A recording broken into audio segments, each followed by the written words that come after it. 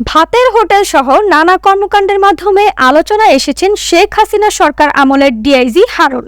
বিস্তারিত দেখুন ডেস্ক রিপোর্টে। ডিআইজি হারুন আলোচনায় ছিলেন অনেক আগে থেকেই। যখন যেখানে দায়িত্ব পালন করেছেন সেখানেই নানা কর্মকাণ্ডের মাধ্যমে আলোচনায় এসেছেন।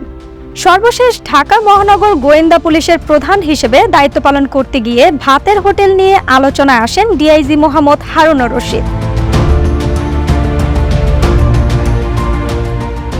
বৈষম্য বিরোধী আন্দোলনের 6 সমন্বয়ককে নিরাপত্তা দেওয়ার নামে ডিবি কার্যালয়ে নিয়ে আটকে রাখার বিষয়ে শুরু হয় আলোচনা সমালোচনা।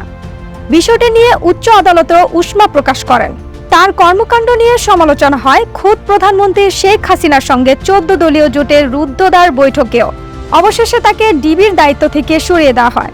ঢাকা মেট্রোপলিটন পুলিশের ক্রাইম অ্যান্ড অপারেশনস শাখার দায়িত্ব দেওয়া হয়েছে তাকে।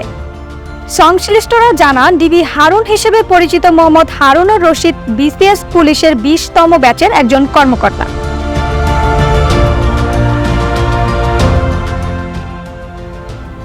কিশোরগঞ্জের বাসিন্দা হারুন প্রথম আলোচনায় আসেন ডিএমপির তেজগাঁও বিভাগের অতিরিক্ত উপ কমিশনার হিসেবে দায়িত্ব পালনের সময়।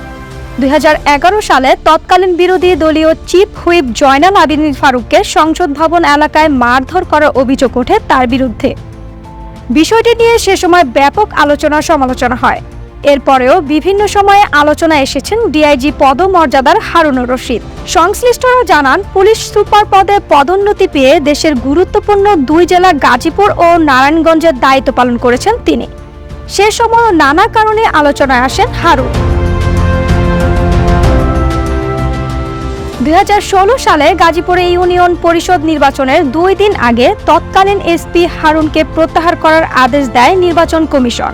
যদিও পরবর্তী সময়ে স্বরাষ্ট্র মন্ত্রণালয় আবারও তাকে গাজীপুরের এসপি হিসেবে পদায়ন করেন। বিকৃত সুরে রবীন্দ্রসঙ্গীত গাওয়ার অভিযোগে হিরো আলমকে আটক করেও বিতর্কের জন্ম দেন তিনি।